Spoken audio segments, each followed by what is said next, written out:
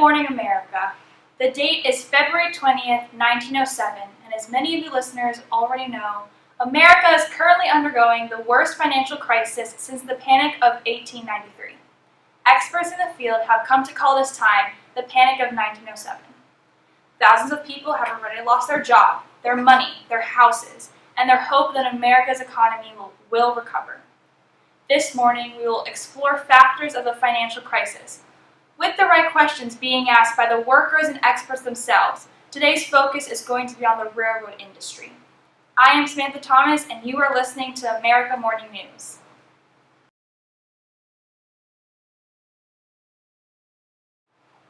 Since early March, America's stock market has been periodically crashing. Unemployment is high, interest rates are rising, and many banks across the nation have failed. Today, we are here to discuss the role that the railroads played in this financial crisis. Our first guest this morning is Harvard Business School economics professor Gregory Smith, who is here to talk about relevant changes in the railroad industry.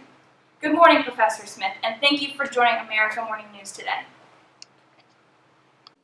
My pleasure, Samantha. So, Professor, we are here today to talk about railroads. How have railroads played a role in our current day economy? Well, railroads have really been the first big industry, and they have become a very prominent and convenient mode of transportation in the U.S. While this might seem good for the economy, there is a lack of fair and uniform standards among the different railroad companies. In urban areas, for example, where demand for train is high, competition among the different companies naturally cause price to be controlled and reasonable. In rural areas, however, there is usually a lack of competition, allowing for those companies to get away with charging ridiculously high prices. I mean, trains are not only used for travel, it's also used to transport goods, so you can see how this could cause some serious problems. So what has the government done to help control this problem? Well, President Roosevelt passed a federal law last June known as the Hepburn Act, granting the Interstate Commerce Commission, the ICC, a wide range of rights to regulate the railroad industry. Did this solve the problem? So, out of all these regulations, the most controversial but influential one is definitely the ICC's power to set maximum rates on railroad prices. And here's where the economics comes in. We could describe this phenomenon as setting a price ceiling for the train fares market. All people who have taken Econ 101 would know that a price ceiling is always set at a price lower than the initial equilibrium price in order to actually have an effect on the market. And as expected, the railroad companies are unhappy because they really have the worst deal here. Firstly, they're unable to raise the train fares regardless of what the demand for it is. Secondly, the producer surplus decreases drastically, and the quantity they can supply is actually lowered from an economic phenomenon known as a dead weight loss. The result is an overall shortage in train tickets. Problems are building upon problems. Seems like this policy is a disaster in economic terms. Well, this policy does have positive results. You know our president's contempt for monopolies and his desire to control them. As I mentioned, our railroad industry is essential to many other businesses and industries. He's really trying to impose modern regulation of business practices to eliminate all the unethical and corrupt practices from railroad companies. In the long run, I believe that it is beneficial to the economy, but the policy is really creating too many imminent economic problems. Thank you for answering these questions, Professor. We are going to check in with you later on in the show. Talk to you then. Let's take a closer look at the effects of the Hepburn Act.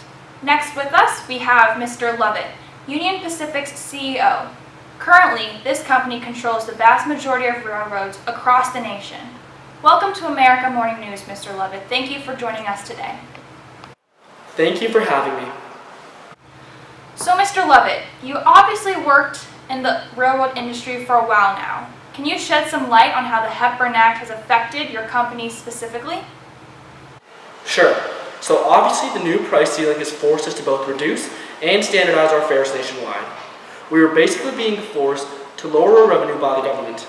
Otherwise, we may have to pay severe fines or even serve jail time. The recent decrease in our cash inflow has forced us to make drastic changes in the way we run our business. First, wages for our workers have decreased, and their labor conditions have worsened. Second, we no longer have the funds to expand and update our railroad facilities, not to mention the incredible amount of competition we have with many other railroad companies. Whereas a few years ago, we were almost single-handedly in control of the prices and could edge out any incoming competition. President Roosevelt, along with the ICC, has made us lose our edge. Besides, it is absurd to expect that the railroad system will continue expanding and improving at the rate it has so far if our proceedings continue to be aggressively lowered for the sake of the consumers. What the government fails to recognize is that the consumer themselves will also suffer from a service that we shall simply not be able to provide as well as we used to. I'm sorry to hear that, Mr. Lovett. I hope your company is able to survive the current recession. Thank you so much. I hope America will be able to withstand the current economic turmoil. Now let's look at the bigger picture.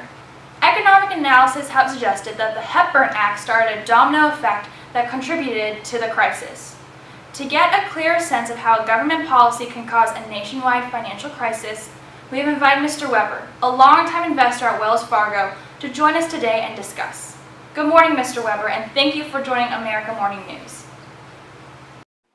I'm happy to be here. That's great to hear.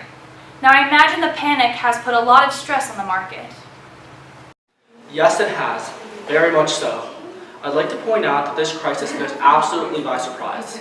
Unlike the slow periods of recession we've experienced in the past, these past 2 weeks have thrusted the market into an economic chaos, the likes of which I've never seen before.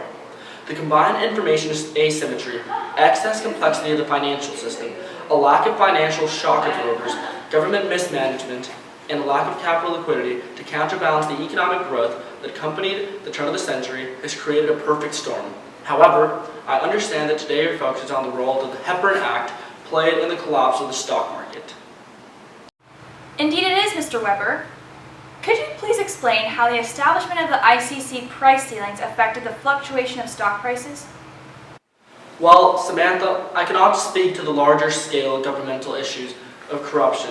Nevertheless, it is perfectly clear in the minds of all my fellow investors that the Hepburn Act is partially responsible for the problems that we're facing today. Essentially, the market is largely established on the basis of trust companies, such as the Knickerbocker Trust Company, because they deal in large amounts of money, whose effect on the market is truly profound. Following a failed cornering scheme, which was a mistake on the investor's part, the Knickerbocker Trust Company lost most of its value, thus prompting countless regional banks to withdraw their reserves from New York City banks. Luckily, the stock market is a complicated assemblage of pieces that rely upon one another.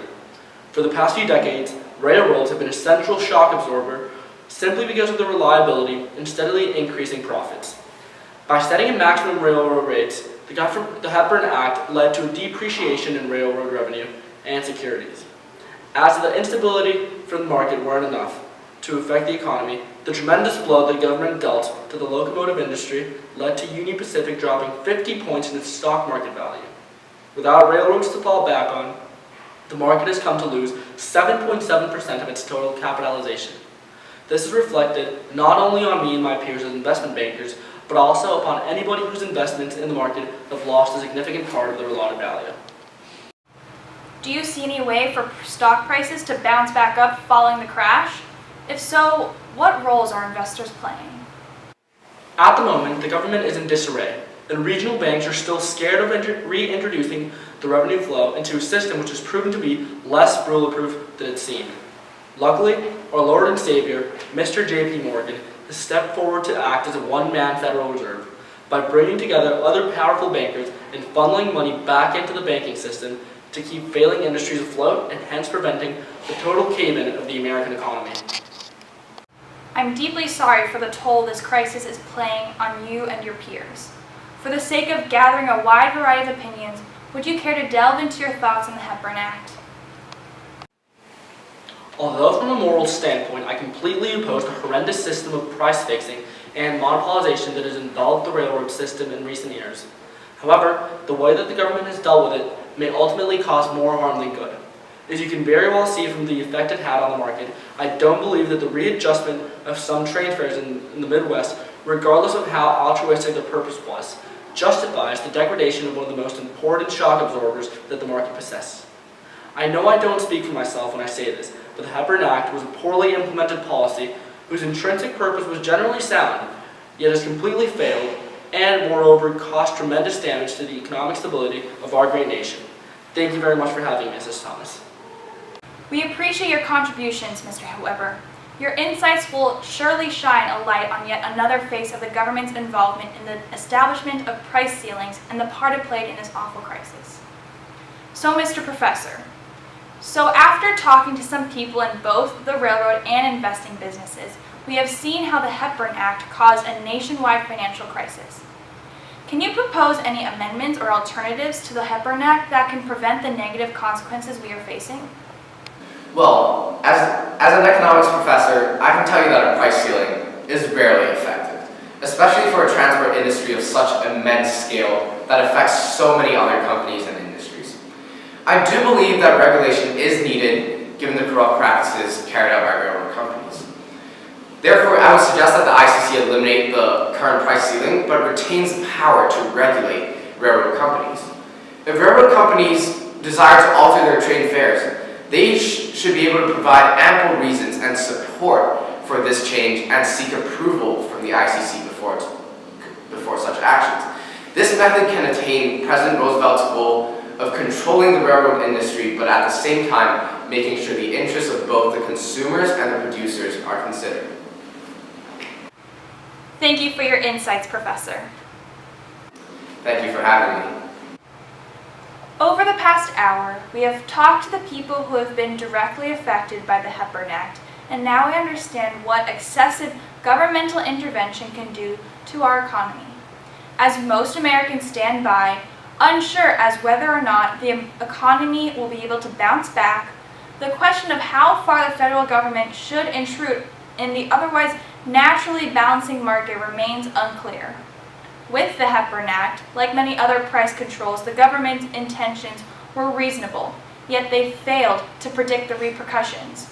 We hope that with effective policy making, the guests we have spoken with tonight, and you listeners out there, we will be able to find light in these difficult times. I am Samantha Thomas from American Morning News, and we will see you tomorrow.